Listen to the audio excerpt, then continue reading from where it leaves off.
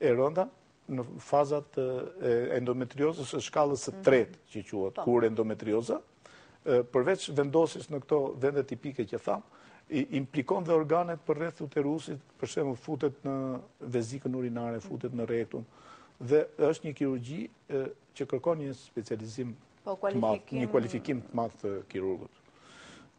Mjekimi medikamentos, domethënë mjekimi me ilaçe, përfshin të gjitha ilaçet që përdoren për qetësimin e dhimbjeve.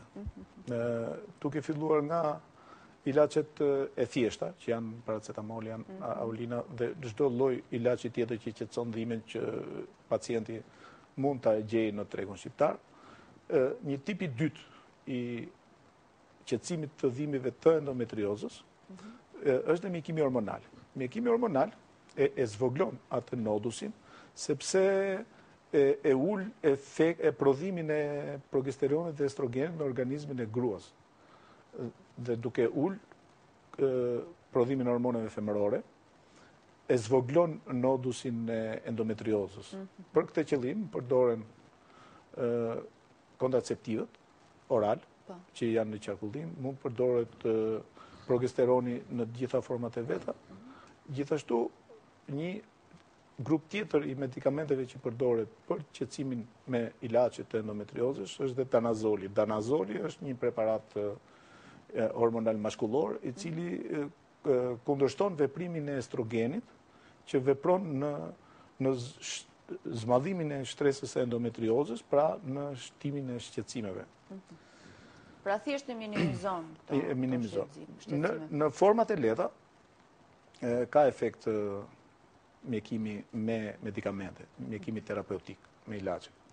Kurse në format e rënda, në përgjithësi mjekimi me ilaçe nuk ka efekt të plot, mund të ketë efekt të pjesëm, por nuk arrin efektin që të lehtësoj gjendjen e gruas dhe ta bëj atë të aftë të jetojë normalisht.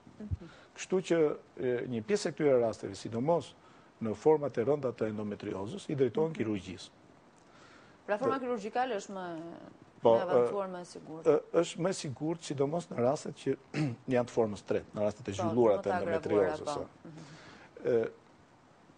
Kirurgjia laparoskopike konsiston në heqjen e kokrave të endometriozës.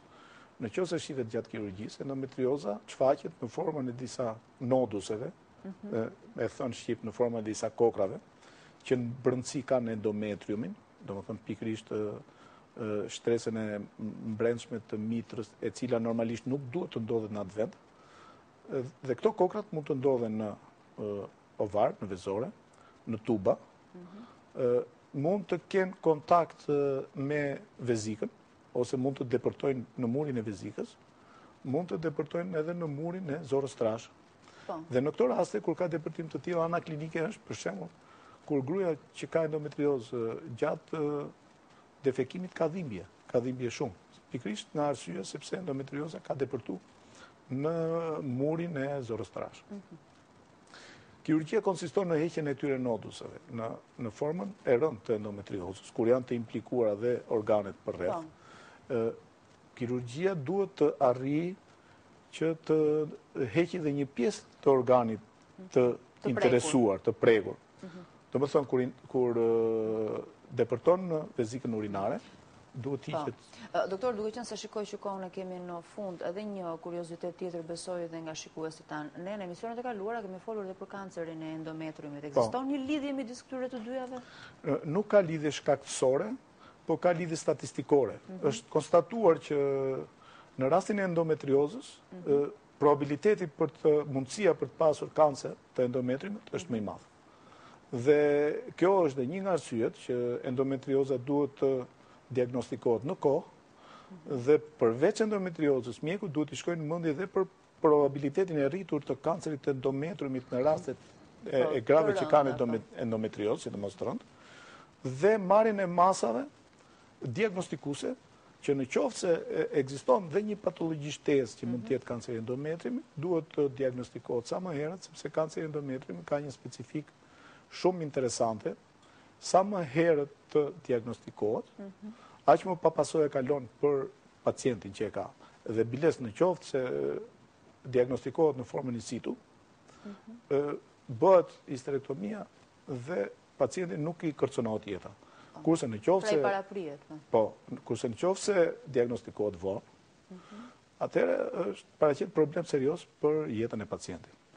Kështu që mjeku, sa herë që dyshon për endometriozë, duhet ta vërtetojë nëpërmjet laparoskopisë dhe duhet të studiojë dhe mundësinë e ekzistencës së një kanceri të endometriumit dhe të bëjë gjithë procedurat diagnostike për ta përjashtuar ose jo diagnozën. Doktor, sot kemi pasur një argument të rëndësishëm, besoj që thamë ato gjërat kryesore, pasi patëm dhe një ndërprerje nga informacioni.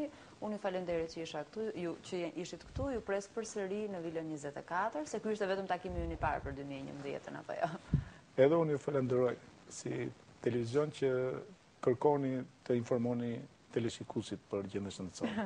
Faleminderit dhe punë të mbarë. Miq të dashur, këtu do ta përfundojmë në fakt hapësirën në Vilën 24, pasi ju e dini që çdo ditë mërkurë hapësira e fundit në Vilën toni përket art shopping që drejtohet nga kritiku dhe artisti Abaz Hado. Kështu që bashkë do të shihemi nesër në orën 8:30 me lajmet e para të ditës. Për sot dashur, mirupafshim.